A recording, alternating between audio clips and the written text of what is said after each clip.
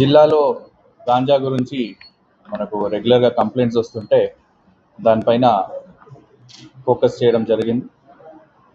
దాదాపు పోయిన 3 నెలల నుంచి ఆల్మోస్ట్ 300 kgs వరకు గాంజా సీజ్ చేసాం. దీన్ని కలిపి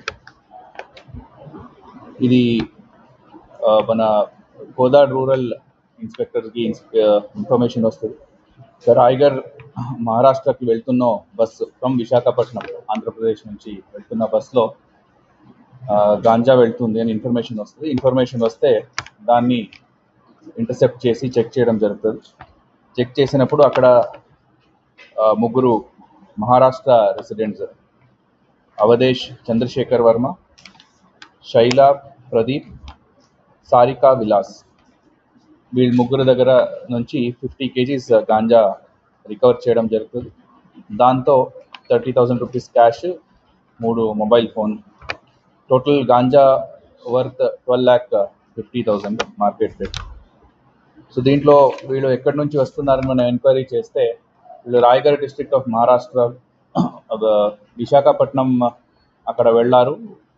వాళ్ళు సైట్ సీయింగ్ కోసం వెళ్ళారు. అక్కడ దీన్ని తక్కువ రేటు 1 lakhకి కొంటారు. కొనిన తర్వాత మళ్ళీ మహారాష్ట్రకి వెళ్ళి అక్కడ అమ్మడానికి తీసుకొని వెళ్తున్నారని చెప్పడం జరిగింది. దానిపైన ఫర్దర్ ఎంక్వైరీ ఇన్వెస్టిగేషన్ చేస్తున్నాం. ఎవరి నుంచి వస్తుంది, ఎవరెవరు డిస్ట్రిబ్యూట్ చేస్తున్నారు అవన్నీ ఎంక్వైరీ చేస్తాం. జిల్లాలో ఉన్న గాంజా కన్జ్యూమర్స్ పైన నిఘా పెట్టడం జరిగింది.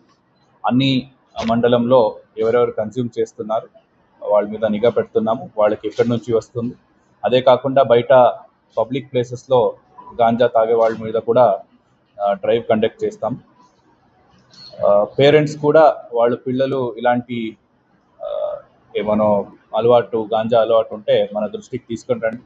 డెఫినెట్లీ వాళ్ళకి కౌన్సిలింగ్ ఇచ్చి వాళ్ళు ఈ అలవాటు నుంచి బయట వచ్చేలాగా చూస్తాము. అట్లనే ఎవరు గాంజా అమ్ముతున్నారు వాళ్ళపైన కఠిన చర్యలు తీసుకుంటాం.